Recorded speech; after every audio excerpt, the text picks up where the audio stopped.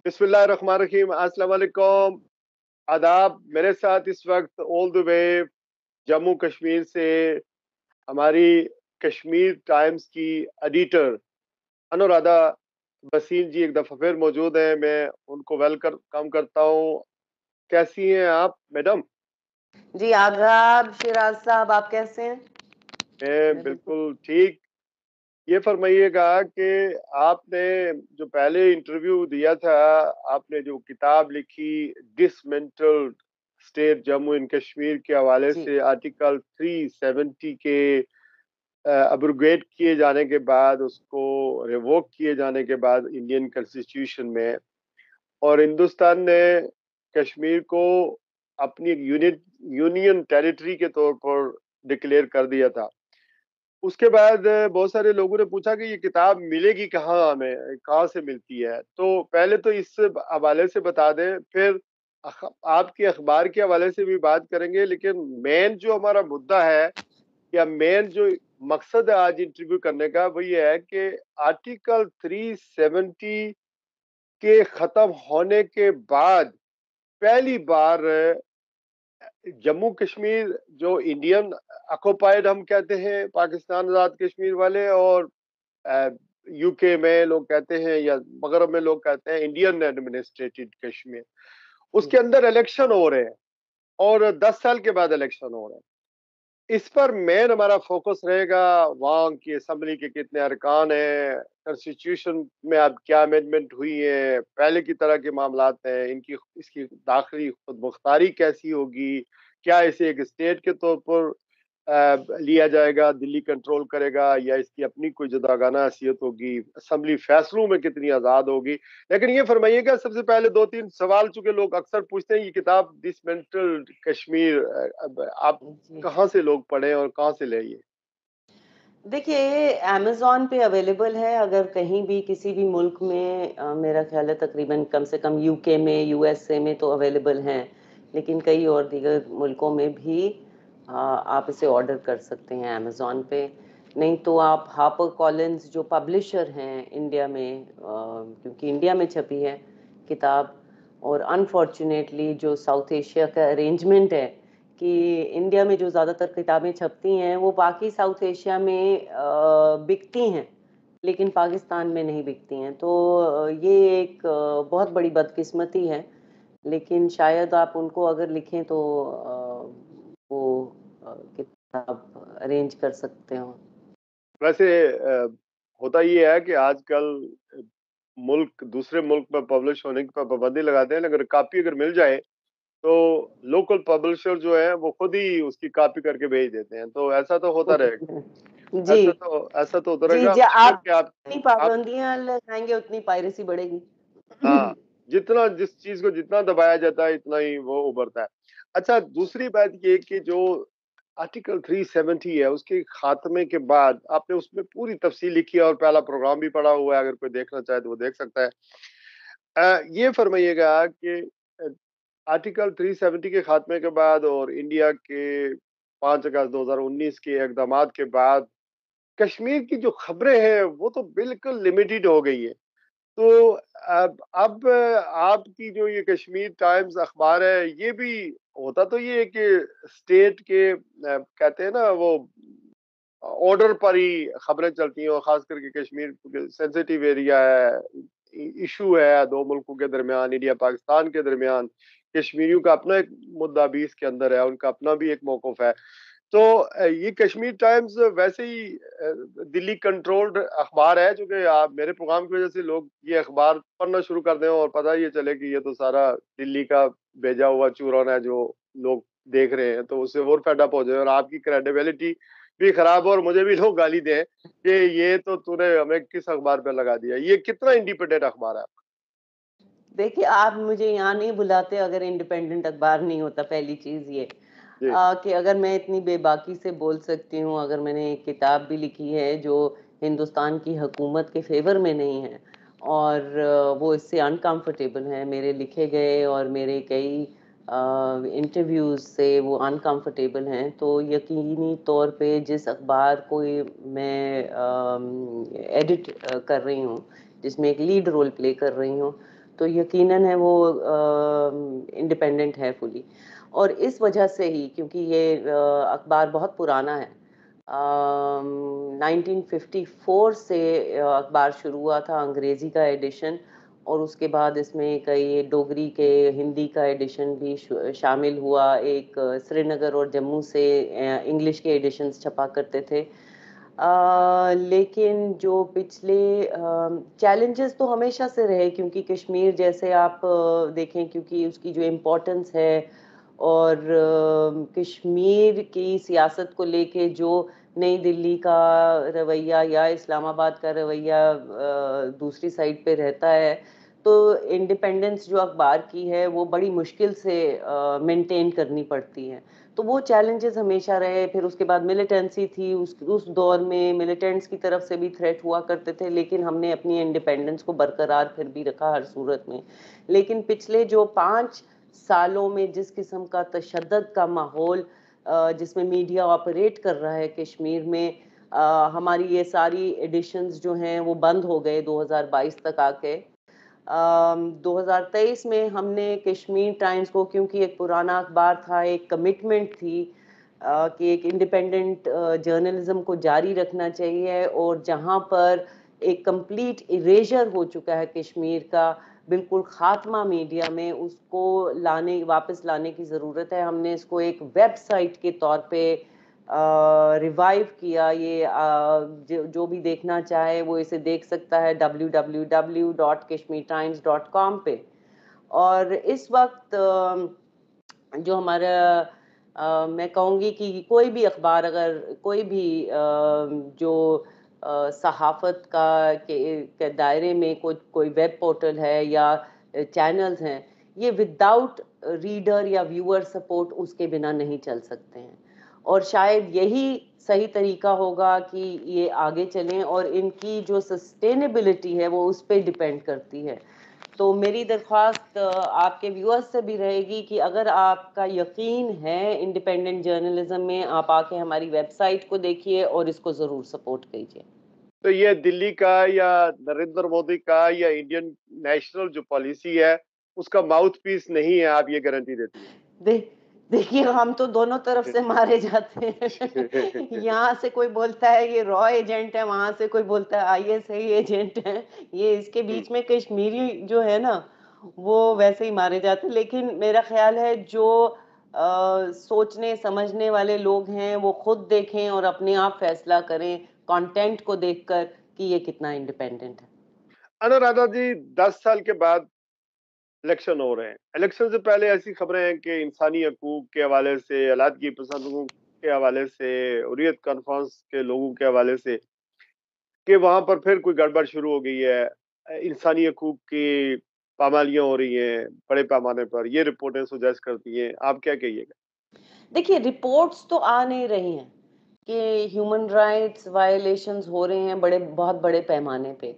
जो जिस किस्म का तशद्दुद पहले होता था या गोलियां चलती थी दोनों तरफ से, मिलिटेंट्स की तरफ से भी या सिक्योरिटी फोर्सेस की तरफ से, वो तो इस वक्त कम है।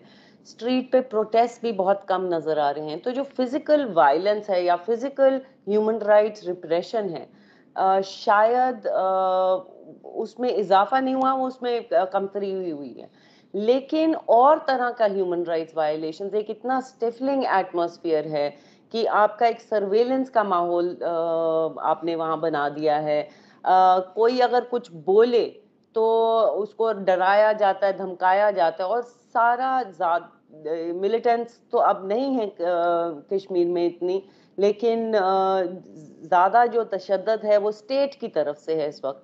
और स्टेट के ही अफसरान जो हैं डराने धमकाने का काम करते हैं। अगर आप जरा सी जबान भी खोलें तो किसी को इंटिमिडेट किया जाता है, डराया जाता है, हिरासत में ले लिया जाता है, कई केसेस किए जाते हैं। या कई जो इंस्टीट्यूशंस हैं जैसे ईडी, एनआईए, टैक्स पुलिस, इन सब को भेज भेज कर भी वहाँ रेड्स किए जाते हैं, लोगों के डिवाइसेस ले लिए जाते हैं। तो इतनी ये एक अलग तरह का जो ह्यूमन राइट्स वायलेशंस का सिलसिला वहाँ पे शुरू हुआ है और कंटिन्यूअसली चलता जा रहा है पिछले 5 सालों से। मेरा ख्याल है वो रिपोर्ट उसका 1% भी नहीं हुआ। आप ये कह रही हैं कि घुटन का माहौल है, बिल्कुल घुटन का माहौल। फिजिकल कैजुअलिटीज उस तरह की नहीं होती हैं, लेकिन किसी बंकर के अंदर अ, कैदियों को रख दिया जाता है और बाहर एक गन वाला और उसकी सर्वेलेंस कर रहा है कि कैदी क्या कर रहे हैं, क्या नहीं कर नहीं रहे हैं, देखिए, इस तरह लोग का माहौल। लोग कैद बंकरों में शायद नहीं है, लेकिन अपने घरों में ही कैद हैं। लेकिन इतनी ज्यादा सर्वेलेंस रखी है, डिजिटल सर्वेलेंस भी है, और इतनी ज्यादा मिलिटराइजेशन जो वहां पे है, पुलिस वहां पे इतनी तैनात है, लोगों को बार बार, और खास तौर पे जैसे सहाफी हैं या सियासतदान हैं या सिविल सोसाइटी एक्टिविस्ट हैं, उन पे कड़ी नज़र रखी जाती है, उनको बार बार इंटेरोगेशन होती है, बार बार उनको वेरिफिकेशन प्रोसेसेस के लिए बुलाया जाता है और उन पे नज़र रखी जाती है। तो ये एक डर का माहौल, चाहे वो अपने घर में ही है, लेकिन पूरा का पूरा कश्मीर एक जेल की तरह बना दिया गया है। एक खूबसूरत जेल वैसे आपको दिखाएंगे, उसको सुपर इम्पोज कर देंगे। टूरिज्म बड़ा चल रहा है, सड़कें नहीं बन रही हैं, बड़े बड़े मॉल बन रहे हैं, ये आपको दिखाया जाएगा, लेकिन उसके पीछे उसकी दबी हुई असलियत कुछ और है। और लोगों के अंदर आजादी के लिए और ज्यादा जज्बात भड़क रहे हैं, और किसी वक्त भी ये स्टेट कंट्रोल करना चाह रही है, लेकिन हो नहीं रहा है। देखिए, मैं आज़ादी का तो मैं सेंटिमेंट नहीं बोल सकती, क्योंकि लोग ओपनली कुछ नहीं बोल रहे हैं। हाँ। अब वो सेंटिमेंट किस तरफ जा रहे हैं, लेकिन गुस्सा बहुत है, डर का माहौल बहुत है। और ये कहना शायद गलत होगा कि उनके इस वक्त सियासी जो आइडियोलॉजी है वो इस वक्त क्या है। अच्छा, ये फरमाइएगा कि 3 से 70 के बाद जो इलेक्शन हो रहे हैं 18 सितंबर को, जम्मू कश्मीर असेंबली के, अ, अब चूंकि आइन के अंदर बहुत सारी चेंजिंग हो गई है 370 के खात्मे के बाद, तो जो दिल्ली की सरकार है, यानी भारत सरकार, उसकी रियासत के तौर पर ये जो मौजूदा असेंबली है उसकी हैसियत होगी जैसे किसी किसी रियासत का, आप जूना की रियासत कह लें, गुजरात की रियासत, दिल्ली की रियासत, तो एक स्टेट की तरह इसका कंट्रोल होगा यूनियन टेरिटरी डिक्लेयर किए जाने के बाद। क्या इसकी आज़ाद कोई दाखिली, कोई पावर, कोई खुद मुख्तारी मौजूद होगी? इसकी हैसियत कानूनी और आईनी क्या होगी फिर? देखिए, बहुत फर्क पड़ता है। हम्म। पहले तो पिछले 70 सालों में, जो मतलब 2019 से पहले ही, जो जम्मू कश्मीर की ऑटोनॉमी थी, एक शुरुआत में जो एक अरेंजमेंट था इंडिया का और जम्मू कश्मीर का, वो ये था कि इंडिया को कंट्रोल होगा सिर्फ 3 सब्जेक्ट्स पे, communication, foreign affairs and defence पे, और उसके अलावा बाकी सब जम्मू कश्मीर के पास एक ऑटोनॉमी 370 के तहत हासिल थी, जो जिसके तहत वो बाकी अपने फैसले कर सकते थे। वहाँ सुप्रीम कोर्ट की ज्यूरिसडिक्शन नहीं थी, और किसी और कानून को इम्पोज नहीं किया जा सकता था बाहर से। लेकिन आहिस्ता आहिस्ता उसको काफ़ी उसको इरोड कर दिया गया। तो जब तक 2019 में जब इन्होंने 370 को हटाया, तो जम्मू कश्मीर की ऑटोनॉमी काफ़ी जा चुकी थी। इसके बावजूद इसके अलावा मैं कहूँगी पहले कि वहाँ पे इलेक्शंस जो हैं वो काफ़ी रिग्ड रही कई साल। लेकिन उसके बावजूद जम्मू कश्मीर एक रियासत थी। तो एक रियासत के तहत जो स्टेट और सेंटर के रिलेशंस हैं, उसके तहत जम्मू कश्मीर के पास अपने पावर्स थे। तो जम्मू कश्मीर की हुकूमत चाहे जितनी मर्जी वो कंट्रोल्ड रहती थी नई दिल्ली के हाथों, क्योंकि सियासत आपको पता बरे सरगीर की ऐसी है।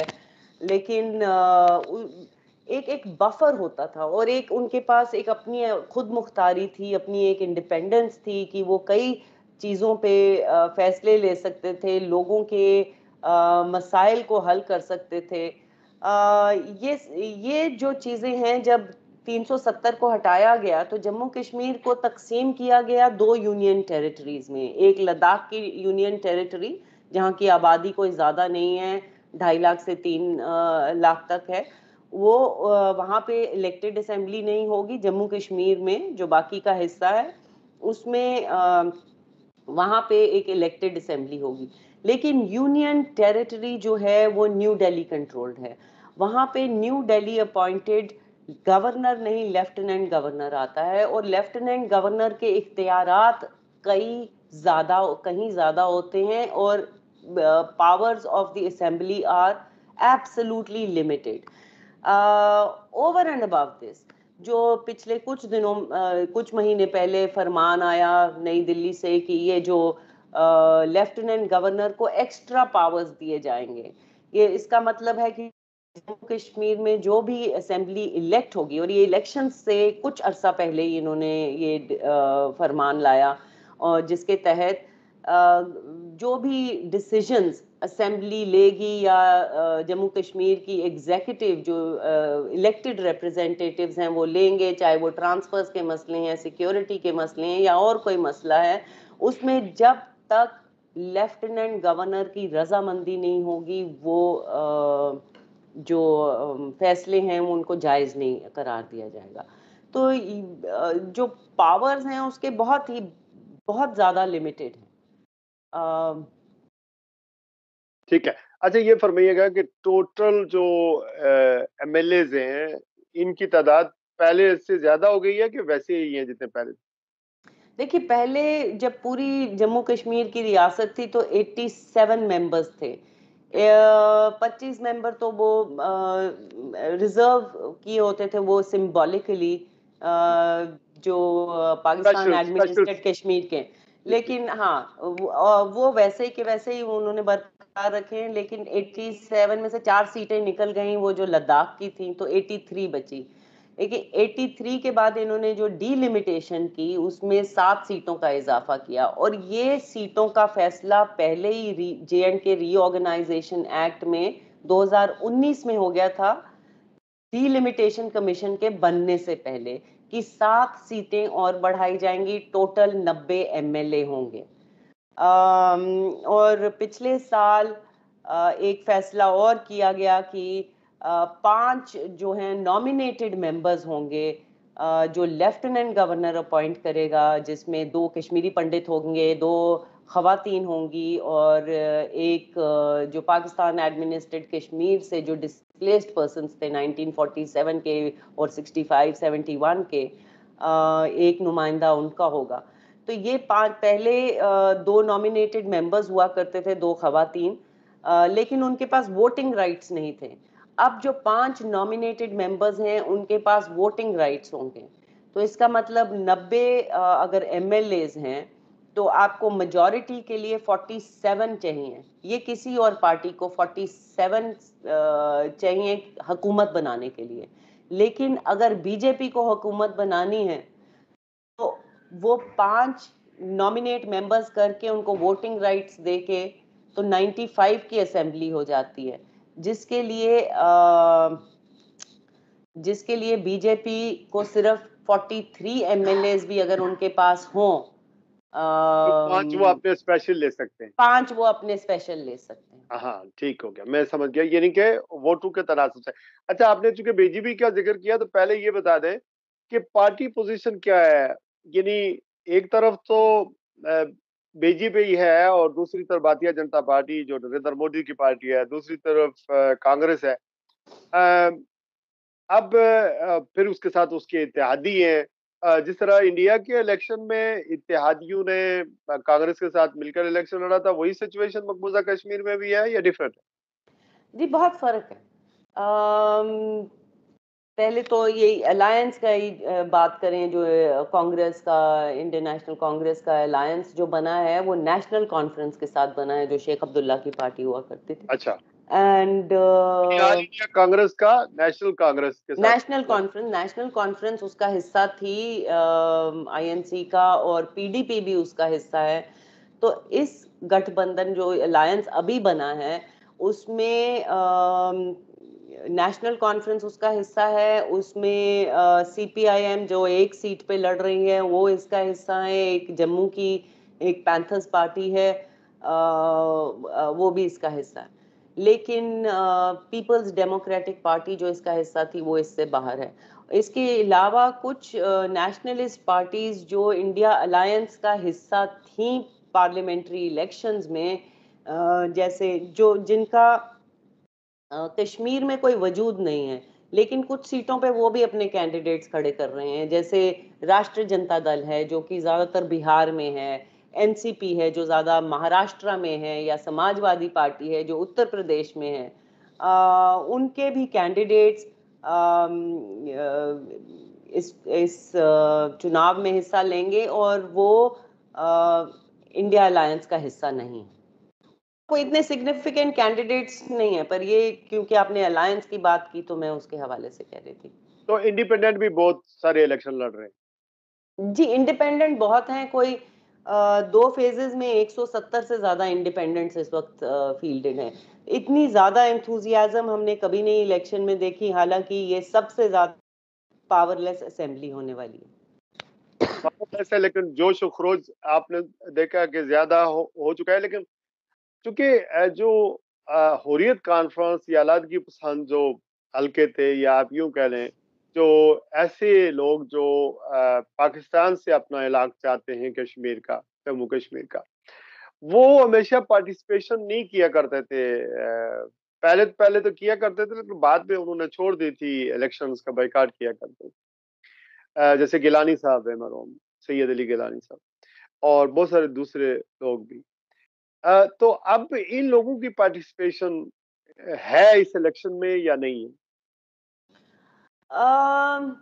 देखिए, जमात इस्लामी जो है वो इलेक्शन लड़ रही है। अब सेपरेटिस्ट में कुछ, जैसे जिनको माना जाता है सेपरेटिस्ट स्पेस, एक सर्जन बरकती हैं जो एक रिलीजियस मौलवी भी हैं, और वो 2016 की जो तहरीक थी जम्मू कश्मीर में, कश्मीर में, वो उसका भी एक फेस बने, और जेल में है इस वक्त। वो 2 सीटों से लड़ रहे हैं। लेकिन जमात इस्लामी कोई 10 कैंडिडेट उनके खड़े किए गए या वो बैक कर रहे हैं एज इंडिपेंडेंट्स, वो इसमें हिस्सा ले रहे हैं। लेकिन जमात इस्लामी की जो तारीख रही है वो काफ़ी बदलते दौर के साथ बदलती रही है। उन्होंने पहले वो इलेक्शंस में कॉन्टेस्ट करते रहे 1987 तक, और उसके बाद इलेक्शन को छोड़ दिया। 1990 में जब मिलिटेंसी शुरू हुई तो उन्होंने हिजबुल मुजाहिदीन, जो एक बहुत बड़ा लोकल तंजीम थी मिलिटेंट्स की, उसको बैक किया।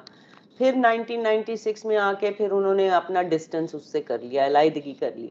लेकिन उसमें जमात इस्लामी में विद इन जमात इस्लामी एक स्प्लिट भी हो गई थी। सैयद अली शाह गिलानी का आपने नाम लिया, जो एक बहुत बड़े लीडर रहे जमात इस्लामी के एट वन पॉइंट। वो उन्होंने अपना रुख बदल लिया था, वो जमात इस्लामी से अलग हो गए और उन्होंने हुर्रियत के साथ रहना पसंद किया। तो ये रही वो, तो उनके बदलते दौर में बदलते उनकी स्ट्रैटेजीज रही हैं, और उन्होंने अपने आप को अलग अलग तरह से अडेप्ट किया है।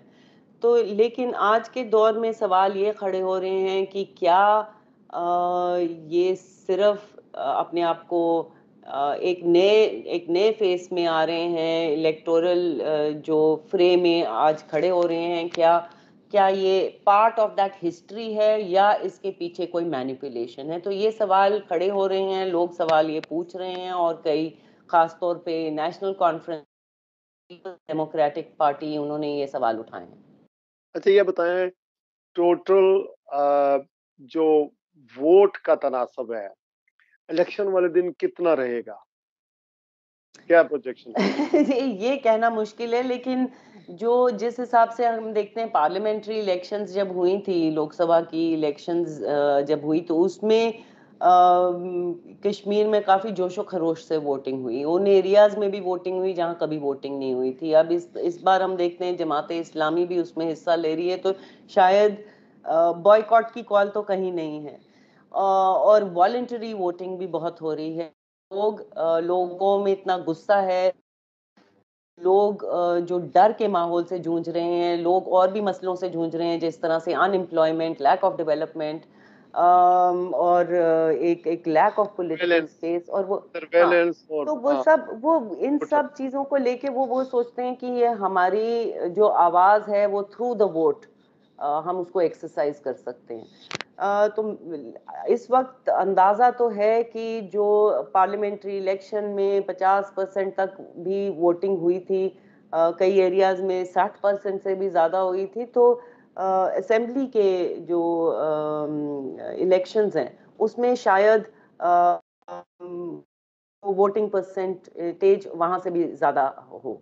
अनुराधा जी, ये जो जमहूरी मुल्क होता है, ये जमहूरियत की जो डेफिनेशन या नॉर्म होती है, या इसकी जो अगर इंटेलेक्चुअली बात करें तो जमहूरियत का हुस्न तो यही है कि पब्लिक के पास एक हथियार होता है, ये पब्लिक के पास एक अपने एक्सप्रेशन का एक जरिया होता है, ये वोट के 4 साल के बाद या 5 साल के बाद people can vote somebody and bring him into the power or vote somebody out from the power.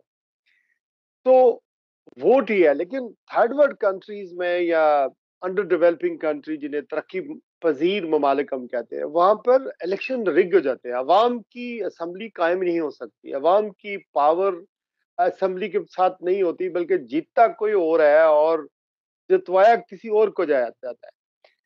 ये इंडिया के बारे में कहा जाता है कि दुनिया की बड़ी कदीम और बड़ी लंबी जमहूरियत है, इसमें सेकुलरिज्म है, इसमें कभी मार्शल लॉ नहीं आया, सारी चीजें। जब कश्मीर का ये इलेक्शन है तो इसके शफाफियत के बारे में हमें क्या गारंटी है कि ये सारी चीजें जो इंडिया दावा करता है इंटरनेशनल फोरम पर, और आप लोग तो ऑन ग्राउंड हैं, अखबार आजादी, हजार राय, सारी चीजें आपने तो इंडिया के खिलाफ लिखा है, किताब लिखी है और लिखती भी है, तो जरा ऑनेस्ट ओपिनियन अगर करें कि कितने परसेंट चांसेस हैं कि इलेक्शन रिग्ड नहीं होगा, और दिल्ली की मर्जी के खिलाफ अगर लोग वोटें देंगे तो उसको एक्सेप्ट किया जाएगा और रिजल्ट बक्सों से वही वोटें निकलेंगी जिसका लोगों ने जिसके ऊपर ठप्पा मारा है। देखिए, अब ये कहना बड़ा मुश्किल है, लेकिन कश्मीर की जो तारीख रही है वो बाकी पूरे हिंदुस्तान में जिस तरह से तकरीबन फेयर होते रहे, कश्मीर की इलेक्शंस में कहीं ज्यादा रिगिंग हुई और शुरू से ही हुई। लेकिन जब मिलिटेंसी के दौर के बाद से जितनी इलेक्शंस हुई, पहली दो इलेक्शंस में थोड़ा क्योंकि लोग नहीं बाहर निकल रहे थे, बॉयकॉट का बड़ा जोर था, तो कोअर्सिव वोटिंग भी हुई मिलिट्री के जोर पे, बंदूक के जोर पे, और लोगों को बाहर निकाला गया वोटिंग के लिए। उसके बाद जो 2000 के बाद जो इलेक्शंस हुई हैं वो काफी फेयर एंड फ्री रही, लेकिन उसके बावजूद कई बार वोटिंग परसेंटेज ज्यादा नहीं होती थी, फिर भी जो रिगिंग वगैरह के की रिपोर्ट्स बहुत कम रही, एक बड़े पैमाने पे कम से कम नहीं हुई। लेकिन हाल ही में अब हम पूरे हिंदुस्तान में सुनते हैं, कई लोग कहते हैं क्योंकि वहां पे बैलेट बॉक्स नहीं है, वो ईवीएम्स हैं, क्या ईवीएम्स, ये सवाल उठे जाते हैं कि क्या ईवीएम्स रिग हो सकती हैं। अब इसके बारे में तो कोई एक्सपर्ट ही बोल सकता है, लेकिन जहां तक अभी कश्मीर का सवाल है, मैं कहूंगी कि इलेक्शन जो है वो रिग सिर्फ बैलेट बॉक्सेस पे ही नहीं होती है, इलेक्शन रिग करने के और कई तरीके होते हैं। एक अच्छा। होती है मैनिपुलेशन। आप सबसे पहले देखिए डीलिमिटेशन कमीशन बनी, डीलिमिटेशन कमीशन में जो डीलिमिटेशन के जो बेसिक प्रिंसिपल्स हैं, आबादी के बुनियाद पे आबादी को छोड़ के बाकी क्राइटेरिया को लाया गया। एक, जहां पर कश्मीर की वादी में ज्यादा आबादी थी वहां पे 1 सीट का इजाफा, जम्मू के रीजन में कम आबादी थी वहां पे 6 सीटों का इजाफा किया। उस ये और जिस तरह से बाउंड्रीज को चेंज किया गया और तकसीम किया गया, हिंदू मेजॉरिटी कॉन्स्टिट्यूएंसीज बढ़ाई गई वहां पर कि कि जो कि बीजेपी को ज्यादा सूट करे। उसके अलावा मैंने 5 सीटों का जिक्र किया जो नॉमिनेटेड मेंबर्स होंगे, इलेक्ट होके नहीं आएंगे, जो पूरा डेमोक्रेटिक प्रिंसिपल को डिफाई करता है, वो नॉमिनेट होंगे और उनको वोटिंग राइट्स हासिल होगा। तो ये सब चीजें एक तरीका है मैनिपुलेट करने का प्री इलेक्शंस। दूसरा है कि आप एक मल्टीप्लिसिटी ऑफ कैंडिडेट्स इस तरह से खड़े कर दें कि डिवीजन ऑफ वोट्स हो जाए। अब वो हो रहा है कि नहीं हो रहा है, बट ये एक एक एक तरीका है जो कई हुकूमतें हैं वो अपनाती हैं कि एक इलेक्शन को किसी तरह से रिग किया जाए। अच्छा, तो इसका मतलब ये कि ये इलेक्शन शफाफ नहीं होंगे, आप कह रही हैं? देखने में होंगे, देखने में होंगे, लेकिन जितनी भी मैनिपुलेशन और स्ट्रेटजीज थी वो सब तो अपना ली हैं पहले। क्योंकि मीडिया पर पाबंदी है, कदगने हैं, तो आपका अखबार इस काबिल है कि हकीकत दिखा सकेगा और हमारे सामने ला सकेगा क्या? इनफैक्ट देखिए, हम हमारी कोशिश तो पूरी रहती है, हमारे रिसोर्सेज अभी इतने नहीं हैं। दूसरा, अगर रिपोर्टर्स हमारे साथ जो काम करते हैं उनको उनके ऊपर भी दबाव रहता है, तो ये बहुत मुश्किल होता है। जो ग्राउंड पे काम कर रहे हैं उनके लिए काम वो इतनी बेबाकी से कर सकें, लेकिन हमारी कोशिश पूरी रहती है। हम बहुत बड़े स्केल पे काम नहीं कर रहे हैं, हम छोटे स्केल पे काम कर रहे हैं, और लेकिन जो भी चीज़ हम देते हैं हम उसको ऑथेंटिकेट करते हैं और बहुत अच्छे से इन्वेस्टिगेट करके फिर हम छापते हैं। पिछले भारत के इलेक्शन के मौके पर हमने देखा कि नरेंद्र मोदी की सीटें को 450 कहा जा रहा था कितनी होंगी, 3.5। आपकी वो बार वो कह रहे थे ना। हाँ, नहीं, वैसे ये बड़ी हाइप क्रिएट हो गई थी कि अब की बार 400 पार। लेकिन उनका सूरज मुझे गरूब होता हुआ नजर आया और बड़ी मुश्किल से कहीं जाकर मिल मिलाकर कुछ इत्यादि मिलाकर उन्हें हुकूमत खड़ी किया। और फिर ये 370 भी ये मोदी साहब की ही कारस्तानी है, इनका ही काली स्याही है जिन्होंने कश्मीर को इस तरह पोर्ट्रेट कर दिया है। इसकी आयन में कॉन्स्टिट्यूशन इंडिया की में तब्दीली की और ये लॉ पास किया। तो वो जो गुस्सा है कश्मीरियों में जिसका जिक्र आपने किया है, वो सर्वेलियंस है, जेल का सा माहौल है, लोगों को आजादी नहीं है उस तरह की, उसका गुस्सा लोग दिखाएंगे मकबूजा कश्मीर के मोदी के खिलाफ के वहां पर भी ये सीटें कुछ जीत सकते हैं? देखिए, वहां पे इनका कोई चांस नहीं है, बीजेपी का कोई चांस नहीं है, लेकिन अच्छा। बीजेपी ने पिछली बार प्रॉक्सी पार्टीज तो खड़ी की थी पार्लियामेंट्री इलेक्शंस में। उन्होंने खुद बीजेपी ने कहा कि इन पार्टीज को वोट दीजिए, नेशनल कॉन्फ्रेंस और पीपल्स डेमोक्रेटिक पार्टी को या कांग्रेस को वोट नहीं दें। तो एक तो वो है। दूसरा, इस वक्त सवाल ये खड़े हो रहे हैं कि जो इंडिपेंडेंट्स कई खड़े हैं और कुछ उनमें से स्ट्रॉन्ग कैंडिडेट्स हैं, बहुत ज़्यादा नहीं हैं बट कुछ सीटों पे उनके चांसेस हैं, तो वो भी कई सवाल खड़े हो रहे हैं कि क्या ये स्पॉन्सर्ड कैंडिडेट्स हैं। अब इसके बारे में तो कोई वाज़े तौर पे नहीं कोई कुछ कह सकता, लेकिन लोग ये सवाल कर रहे हैं। लोगों का, कश्मीर के जो लोग हैं, आवाम है वहाँ की, वो बहुत पॉलिटिकली अवेयर है और बहुत पॉलिटिकली एजुकेटेड है, क्योंकि 70 सालों में उन्होंने जो कुछ उतार चढ़ाव सियासत के देखे हैं, वो एक वेल एजुकेटेड तौर पे एक सोसाइटी है। और मेरा समझना है कि उनके लिए वो देखेंगे कि अ, ये वोट जो उनके लिए होगा वो बीजेपी, एंटी बीजेपी वोट होगा, और वो देखेंगे अपनी अपनी समझ के मुताबिक कि कौन सी तंजीम है जिसको वोट जिसके हक में वो वोट दें ताकि वो एंटी बीजेपी वोट रहे। अच्छा, तो आप हुकूमत किसकी बनती हुई देख रही हैं फिर? इस वक्त कहना तो देखिए मुश्किल है, लेकिन कश्मीर की जो हकीकत है वो कभी प्रिडिक्ट नहीं आप कर सकते, वो मिनटों में बदल बदल जाती है। लेकिन इस वक्त जो ग्राउंड पे लग रहा है, एक नेशनल कॉन्फ्रेंस कांग्रेस का अम, उनकी जो तंजीम है वो एक नेशनल कॉन्फ्रेंस है, सिंगल लार्जेस्ट पार्टी इमर्ज करेगी कश्मीर में, और कांग्रेस ज़्यादातर जम्मू की सीटों पे लड़ रही है। तो जम्मू में उनको कुछ सीट मिलेंगी। बीजेपी, जिसको 25 सीटें मिली थी पिछली 2014 की इलेक्शन में, ऐसा नहीं लगता है कि उनको 25 सीटें भी मिल पाएंगी। तो वहां पे गेंस कांग्रेस के होंगे, तो वो दोनों मिला के भी शायद नंबर पूरा ना हो, लेकिन they can emerge as the single largest group close to staking a claim. अच्छा, इतना आप ये बताएं कि ये जो इलेक्शन हो रहे हैं, ज़ाहिर है पाकिस्तान और हिंदुस्तान दोनों इंटरनेशनली फ्री के हैं, और हम ज़ाहिर है माने या ना माने, लेकिन रिकग्नाइज्ड फ्री के कश्मीर के मुद्दे के मसले के। तो पाकिस्तान का इन इलेक्शन के हवाले से क्या इन्फ्लुएंस हो सकता है?